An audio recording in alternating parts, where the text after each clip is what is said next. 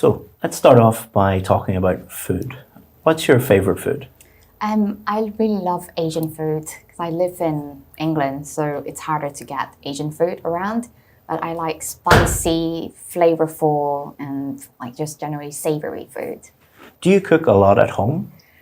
Not as much as I would like to. I would love to cook more because I actually enjoy the process of cooking, but I just cook out of convenience and like because every day I've got to make sure I get my work done and then cook for my kids, which takes a lot of time. Sometimes we get takeaway, but they like it. What are popular takeaway meals in your local area? Fish and chips. It's a favorite with everyone, so that's an easy option.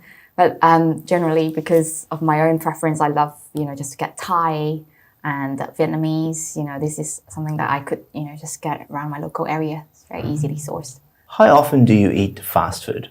I try to eat really healthily, but then I tend to go down the filet-o-fish McDonald's route when I'm traveling. So I suppose only once every few months. Now let's talk about seasons of the year.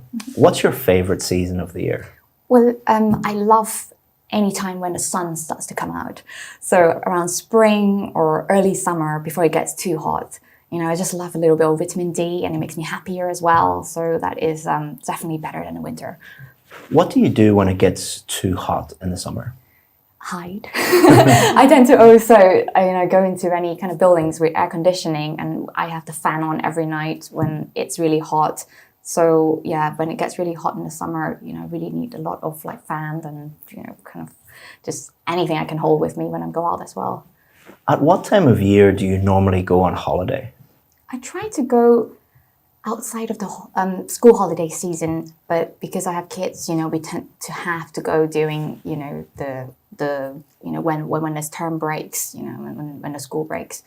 But my favorite time of going away would be during Christmas, because I much prefer to be in a warmer climate when it's really, really cold. So yeah, it's just that time before or after Christmas. Have you ever been on holiday somewhere very cold? Yes, I love Norway.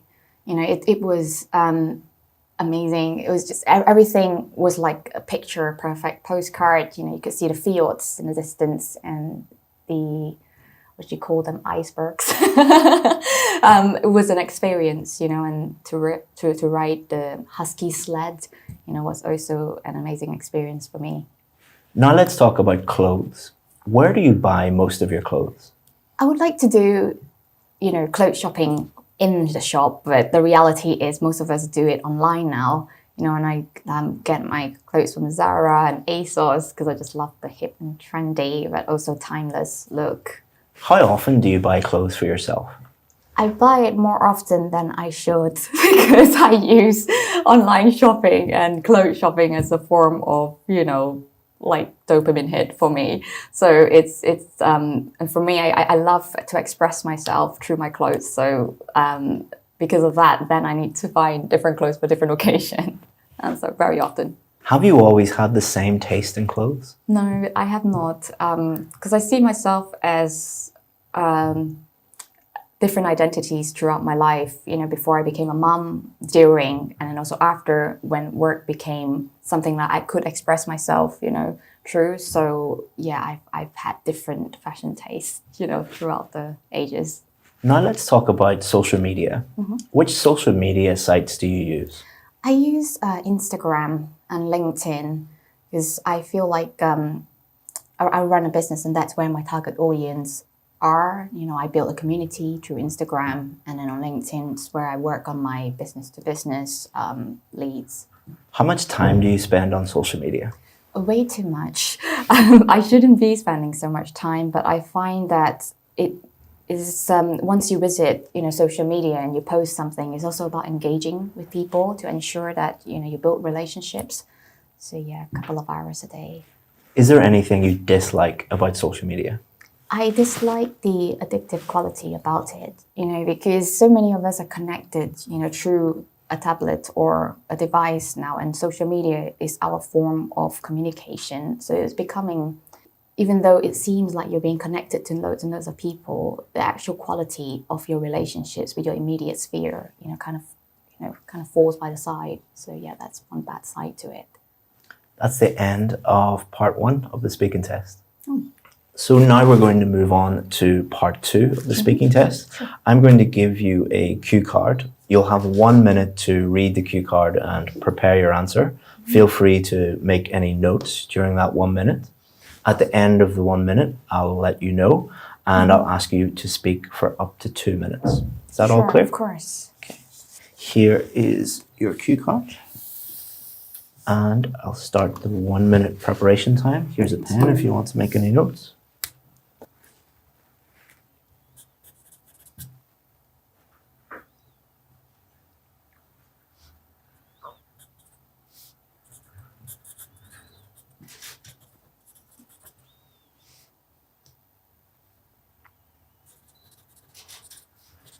So please speak for up to 2 minutes on this topic, please. Okay, so a job that I really enjoyed is being a speaker and a storyteller. And I love doing this job now because when I was growing up, I love writing little stories and just connecting with people and having conversations. But I never thought that I could become a speaker one day. I started my career, in STEM, and then ventured through 16 different industries because I didn't really know where in the world of work I fitted into.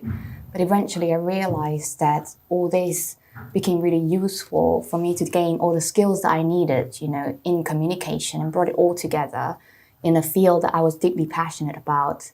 That allowed me to channel what I really love about my work and a topic that I love, to make a difference in people's lives. Being a speaker is the perfect place to do this because you could influence people's thoughts and inspire positivity in people's lives, which is something that you could do in other places, but the impact is so much more immediate and you are affecting people in such a big way and affecting a bigger audience as well whilst you're doing it. And this is something that I'm very lucky to be able to do now. And I don't take it for granted and know that the journey for me to get here has been really long. But I'm deeply grateful for being given this opportunity. And why I like it also is that to be able to connect with people in a topic that is so personal about mental health and well-being, where in some way or other, we're all struggling in life. But Thank you very much. That's the end of the 2 minutes. Thank you. I could have gone on. No, you could. So now we're going to move on to part 3 of the speaking test, and we're going to continue to talk about careers. What factors do you think are important when choosing a career? I think it's really, really important that we are interested in what we're doing. And because if you're not interested, then there's absolutely no chance that you're going to be able to have longevity in that career.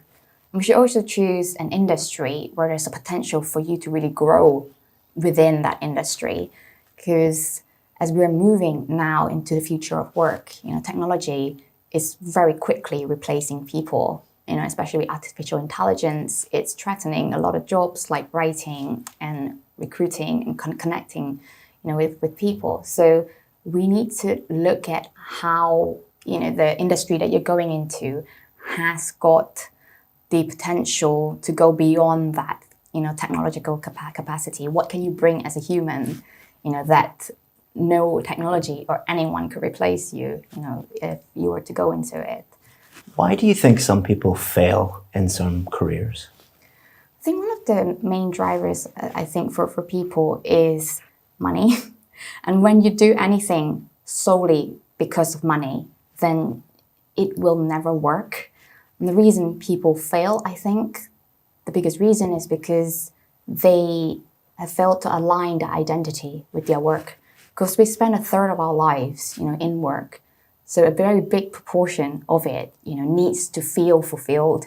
And it can only be fulfilled if you understand, what you like authentically inside, and then, go into a career But then the reality is that most people then, just jump in and figure it out, explore, and then we'll work it out, in hindsight. I guess that's what life's about. Now let's talk about working from home. In the future, do you think most people will work from home?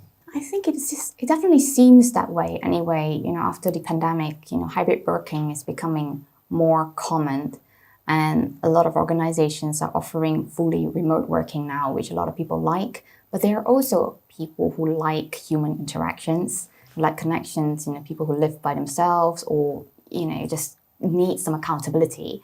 So being amongst people could be a good thing. But I think if technology were to replace, a lot of the work, then people would actually eventually do more remote work. And finally, what are the disadvantages of working from home? Well, I guess it's the disconnection, from people, but also not getting accountability for your work. Because I think working from home requires us to have a sense of agency, and some level of organization, which some people might not have. So we're dealing with different personalities here, and I think if we were to ask people what they prefer, then there's a better chance, for like either remote or not remote work to work. That's the end of the speaking test. Well done. Right. I hope you enjoyed that Band 9 performance. What you should do now is watch one of these videos. If you want to compare Band 9 with a Band 8 performance, click on this video. Or if you want to know why that was Band 9 and exactly what you can do to improve to the score that you need, click on this video where I'll explain the key differences between lower bands and higher bands.